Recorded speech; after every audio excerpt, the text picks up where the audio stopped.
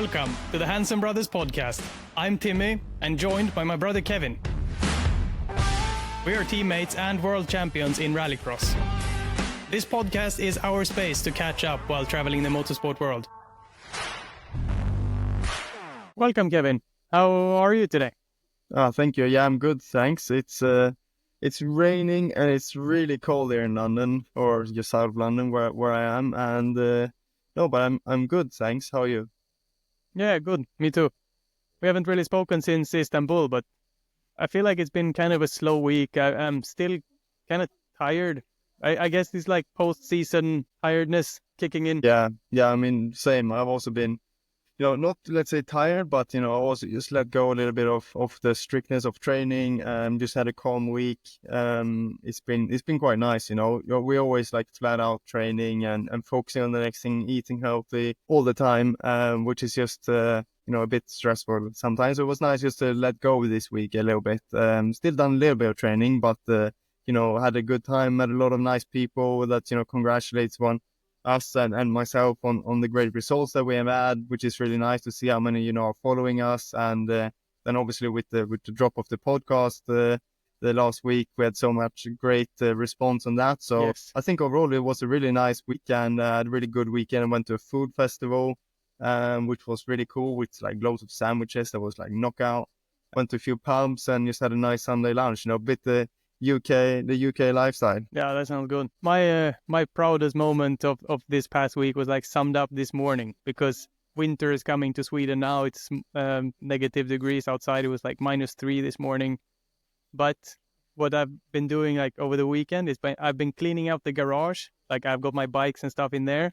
I've been cleaning that out, leaving space for the cars. I switched the winter tires, and last night I parked both cars in there. So when I woke up this morning, I could just go out and open the garage. No need to scratch the windscreen.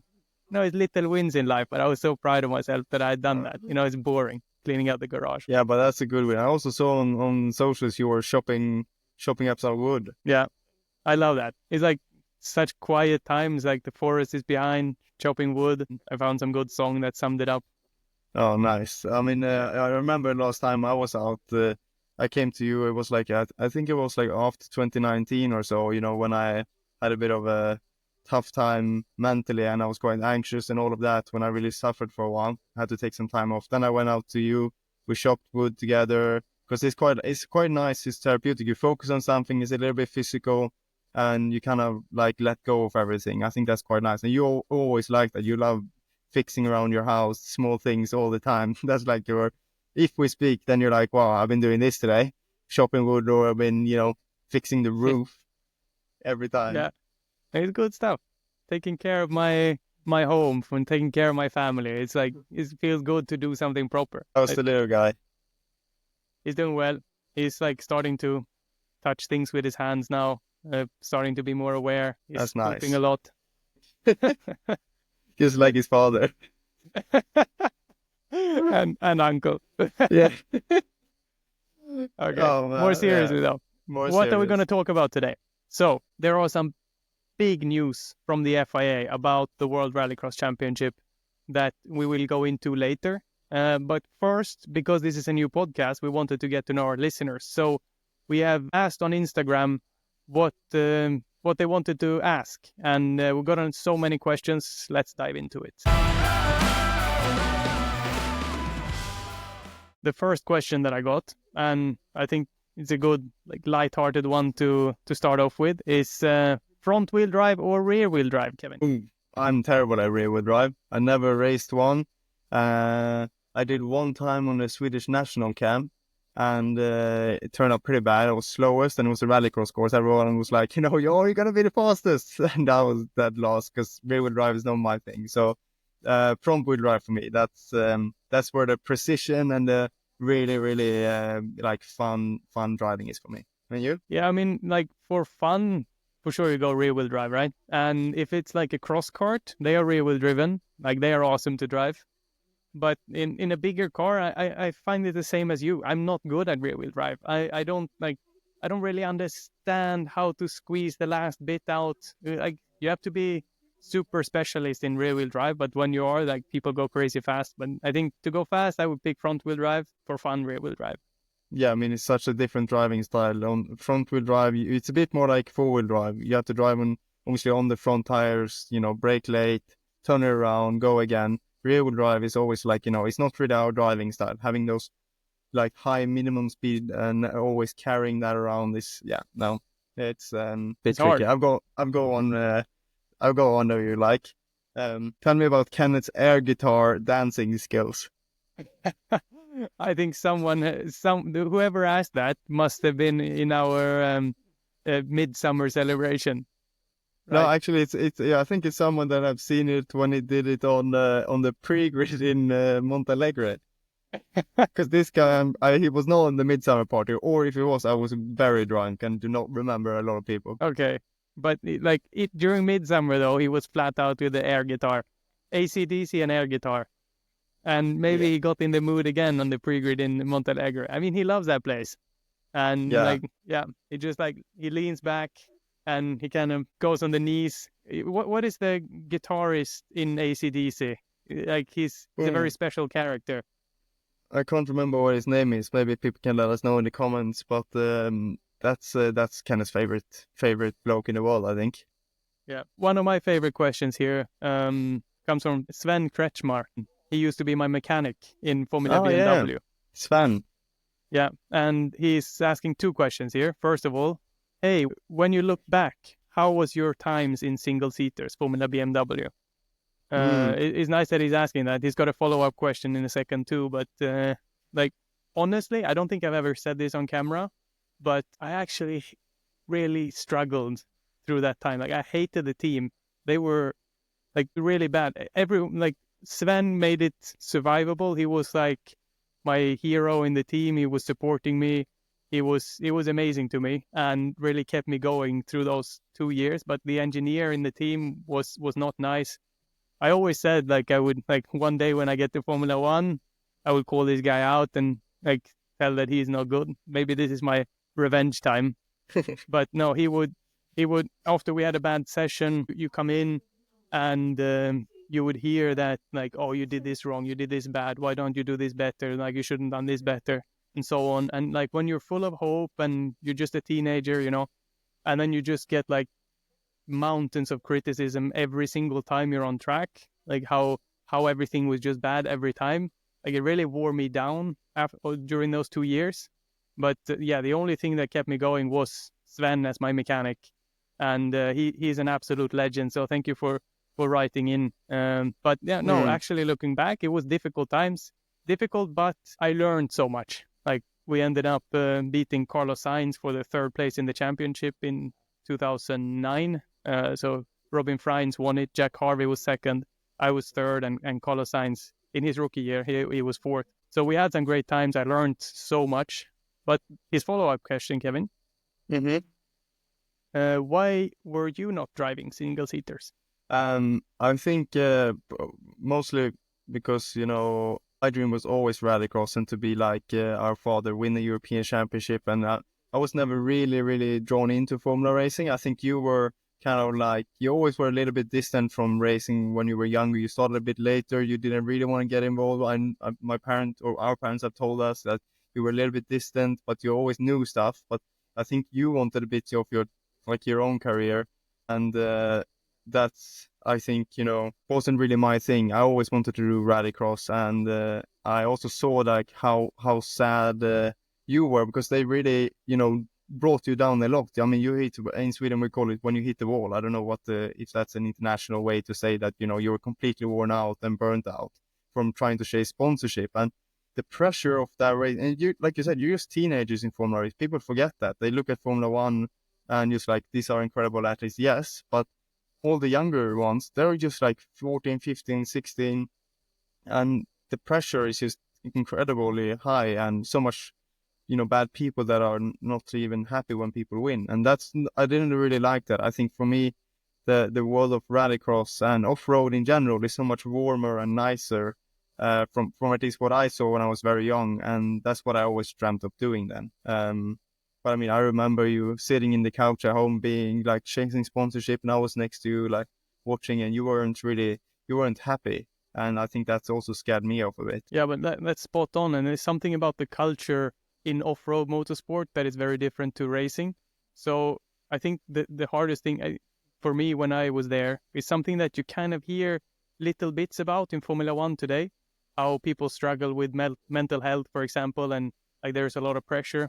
I can 100% relate. And the worst bit that I found was that there was something cool about being unhappy, because like we're all kids there and we all dream about getting to Formula One. That's all that we wanted to do. But then, there would still be the fast guys who would finish second in the race, but stand there on the podium grumpy and unhappy because they didn't win the race. Because like in the cool way, that's them showing that they are better than second place. Like, I am the next Formula One superstar.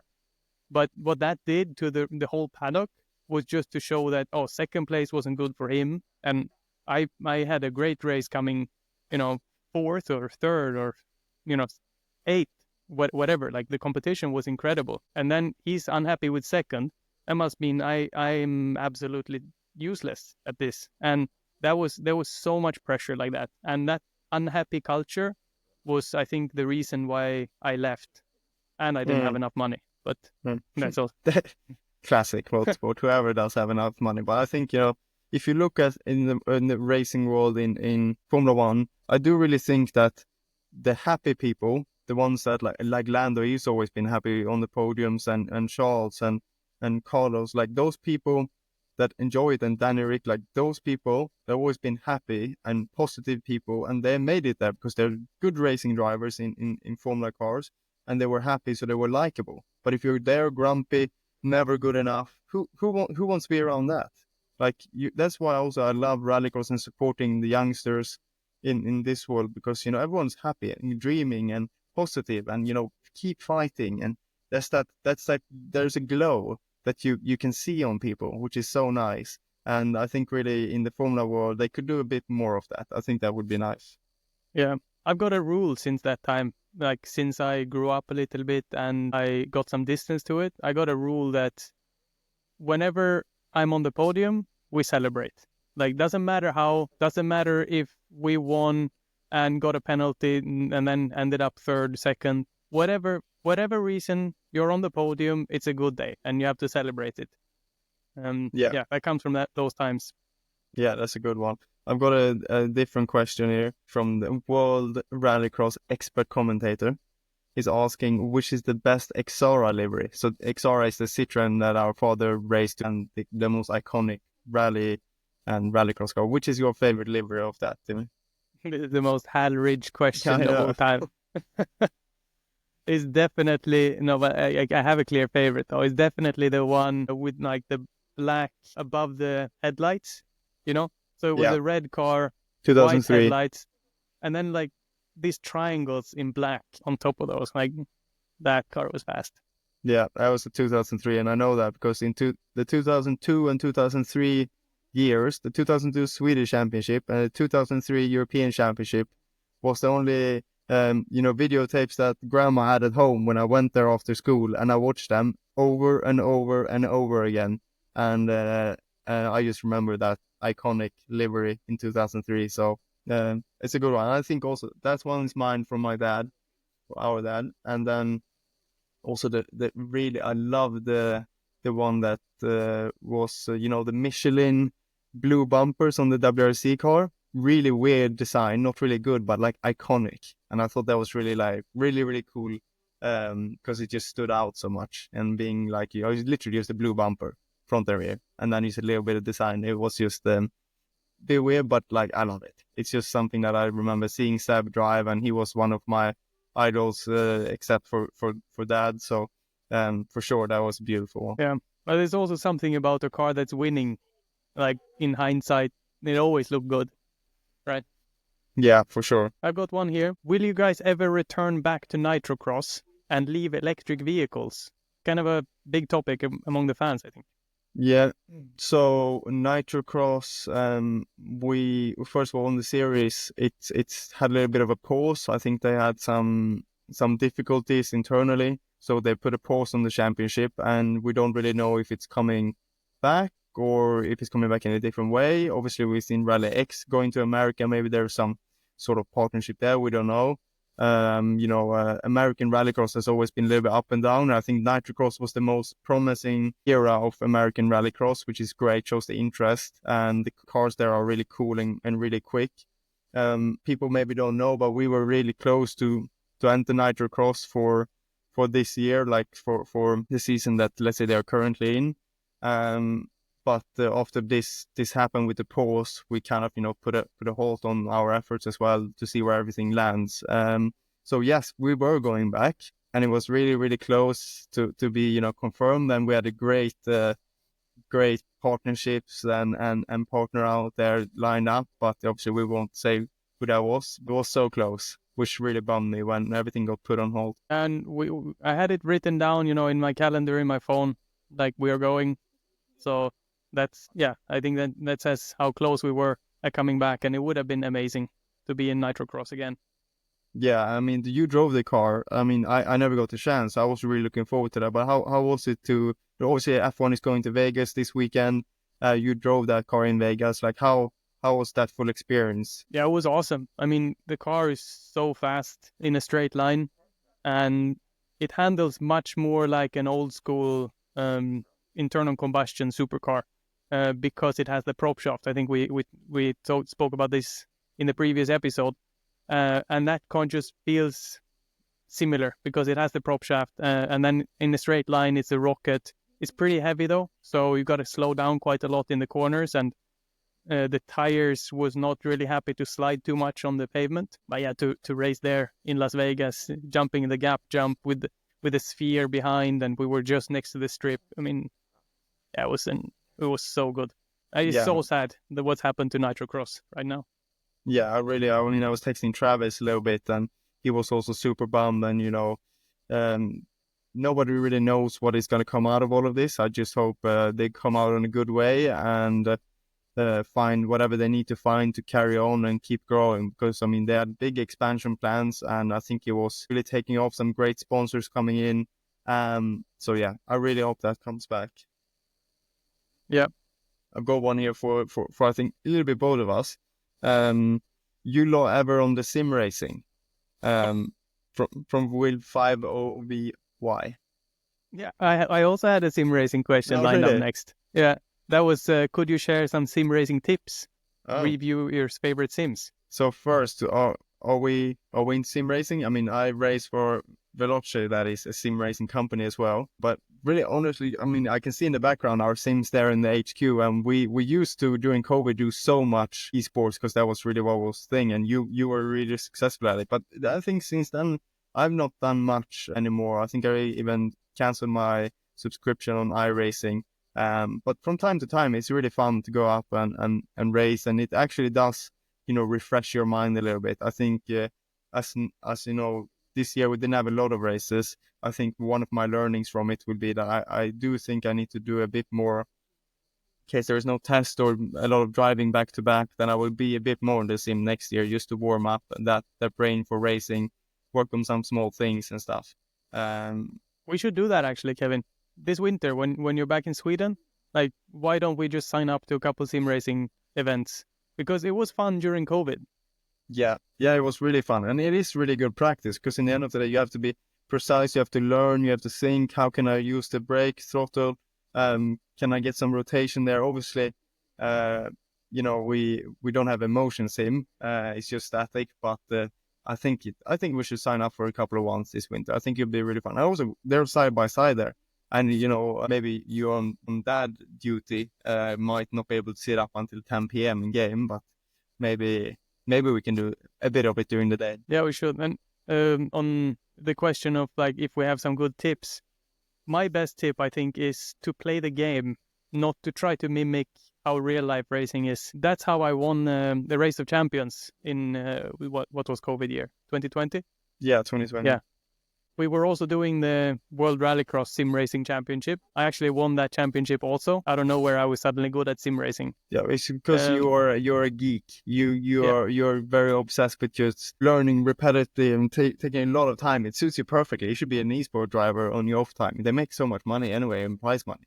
But like I put a lot of time, as you say, into practicing for these upcoming events, and I got help from a Red Bull Esports player who knew the game Assetto Corsa very well, and that's where Race of Champions was being held.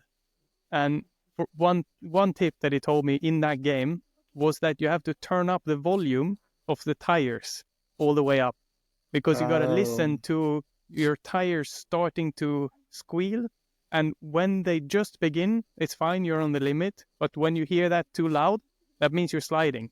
And the game honestly didn't have great feedback on that on screen or through the wheel, but the sound was the key there. Wow, and I ended up winning knew. the whole thing. So yeah, thanks for that. Incredible. That's a Rebel family. We share tips, but I had no idea that was the thing. There must be, I need to ask some of the velocity drivers what they do, if that's if that's a thing on all the games, because it's always nice to be competitive at a game. Like when we go to Eon events and stuff, and everyone can jump in a simulator and put a good time, it's rarely that you're competitive, because esports is just different. It's just a different league, and tricks like that. That's maybe like saying, "Oh, you need to pull the handbrake at this moment to know that it's gonna do the right thing." It's like tricks that we know in real world. There's so many in esports as well. I got one tip for dirt rally as well that I use a lot during that championship, which was it's not a fully simulator platform. It's a game. So then it has some inputs that I don't really know how they work. But for some reason, if you were not full throttle, if you were like 90% throttle or 95, the car would turn much better, like in a straight line, but you would lose almost no acceleration. So by just coming off a tiny fraction of the pedal, then you could position your car much nicer through like these fast corners without really losing any speed. I remember that from when we did the Rallycross League, that, we found so many small tricks to that. And it was like not full throttle, always turn in, don't have too much slide. Like there was a lot of small little tricks that we found out later, and always like a high gear, never too low rev. It was really, it's a different world. We should do a bit more. Maybe we can do some live streams. We still have all the platforms for live streaming on Twitch, and maybe we can do it on our YouTube. And also start in third gear in Rallycross, in Dirt Rally. It's true.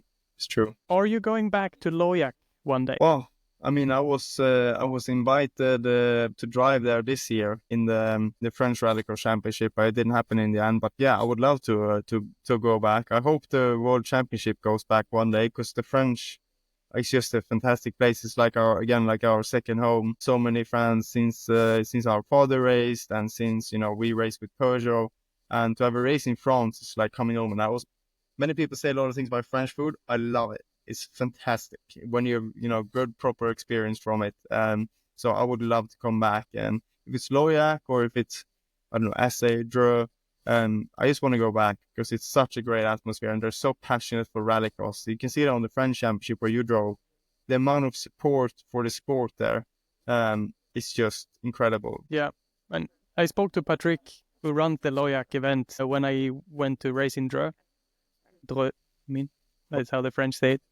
And he actually had something that kind of disappointed me a bit, but also is a really nice thought. He said that he did not want to have the World Championship next year again, because he wants other tracks in France to also have the chance to host a race in the highest category, and that brings the level of these circuits up to FIA standard. And he wanted kind of a rotating calendar between French rallycross tracks, which I actually think is a great idea. Maybe it means we have to wait for a little bit longer to come back to Loyac. Loyac might be one of the greatest races ever. That would be really, really cool to bring up the whole sport in France. That's a lot of questions. Sorry we couldn't answer them all. There were so many, but thank you for sending them in. We got one more thing that we really do have to talk about in this episode, and that is the massive news from the FIA about the World Rallycross Championship. So I have the press release here. FIA launches an expression of interest for World Rallycross Championship promotion. Basically means that the FIA is looking for a new promoter for the World Rallycross Championship. The FIA today, 13th of November, announced that a tender process is being launched for the promotion of the FIA World Rallycross Championship from 2025, so next year. This is an exciting opportunity for new enterprise to take the category further, reaching the next generation of fans and engaging with automotive manufacturers the world over. This is big news because it says a lot. I won't read it all, but they end with the FIA would like to thank everyone at the Rallycross promoter GmbH for their work and dedication to the sport over the past 4 seasons. I used to say thank you to those 4 years with that promoter. It's been, they came in just after COVID, a really difficult time, and they created a completely new platform for Rallycross. They have grown the audience. They have been part of the switch to electric and sustainability in Rallycross. So it's been a fantastic journey, and I think that's the first thing we should just pick up on is to say thank you to everyone involved in that promoter and for what they have done. And now, like you said, it's a big change coming in. Yeah, and the FIA is looking for a few core goals. I will read a bit more here of the press release. Yeah, go for it. The FIA tender sets out a number of core goals for prospective new promoters, including targeting key growth markets such as India, China, North America, and the Middle East, as well as increased digital and on-site fan engagement. So the FIA has some big plans coming here, and I think the bar set for whoever can apply is very high. Yeah, and I think that just shows also that the FIA is really, really wanting these sports to go to a fantastic place. Like they see that Rallycross has the potential of the future. It's short, quick, fire action. It has great relevance for car manufacturers. And I think there's been a lot of happening, over the last few years. The electric switch didn't appeal any of them. It wasn't quite the right fit. And then, we included the let's say the older generation of petrol cars into that, and the unbalance has come from that. So I think this is also a moment for them to say, we want to start fresh, go for a new place and grow the sport to what we see can be. Because also, obviously the promoter that was signed now was also signed when there was a different president, and this comes now from obviously the statements in there. There's a comment from Mohammed in there, which is great to see his support for Rallycross. And I think this is really the major thing, and the background of it. The FIA wanna start over a little bit and make sure that they get it right this time, and really grow the sport to new heights. Those markets where I've never seen the FIA go out and say we want to bring Rallycross to these markets, and I think that they have, what it sounds like on the press release, going to put up a lot of goals and targets that they want to see from the promoter, and that's just really exciting. I would love to race in all of those locations. Yeah, me too. And this release, these news comes on the back of something that's been going on behind the scenes for a little while now. The FIA has put a commission together. So this is to show like the FIA has put incredible support into Rallycross lately, and this commission had the goal of researching how Rallycross can be better, because the FIA believe in Rallycross and they want the World Rallycross Championship to be successful. And I got to thank the FIA for this. I know they get a lot of criticism online for things, but actually behind the scenes they're an amazing organization, and they're pulling this sport together and really taking it to new heights. Like their goal with this is that Rallycross will be huge, and it should get back the excitement of the fans coming back online, but also on the events.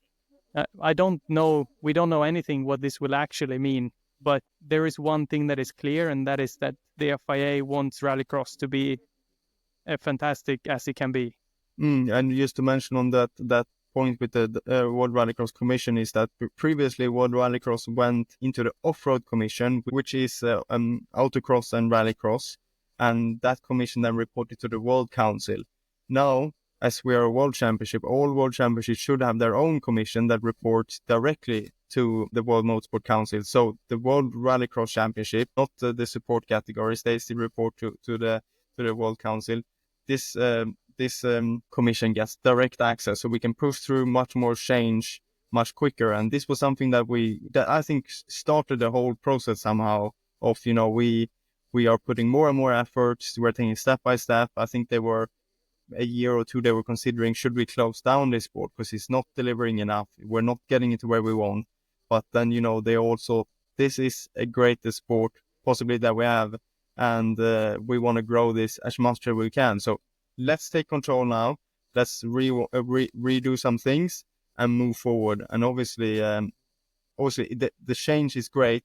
The positivity from us comes for the FA, and that they're wanting to drive forward change. And if they see it like changing the promoter is one of those points, then in the end they are the deciding and governing body. And if they see fit to do so, then it's up to them. So we will really look forward to see where everything goes. I think I can't wait to see who gets appointed. Hopefully that will be soon. If it's for the next season, we need to know soon, so we know what's going to happen, where to see and everything. But I'm sure, I know that there's a lot of great people working behind the scenes. Yeah, and I hope they listen to the fans, because the fans have been expressing what they think should be done to the sport, and we wouldn't exist without the fans. The only 100%. reason why Rallycross has survived all of these difficult times is thanks to the fans and thanks to the great action that's happening on track. And if we don't listen to the fans, we're in trouble, I think. Yeah. I mean, they also did the fan survey, which really makes a note that, we're listening. We want you to be part of this change. So they've taken all of that into consideration. They've taken some other reports into consideration. And this is the result that we ended up with. So, thanks to everyone for contributing to that. And Rallycross 2.0, here we go. 3.0, I think we've done 2.0 already. Yeah, we were probably at 5.0, as possibly as we are. Every time there's a change, we're like, let's go. Let's go. Okay, well, thank you everyone for listening today. That's all for this episode. I hope you've enjoyed it. Press subscribe if you like this episode. Leave a comment, like. See you next week.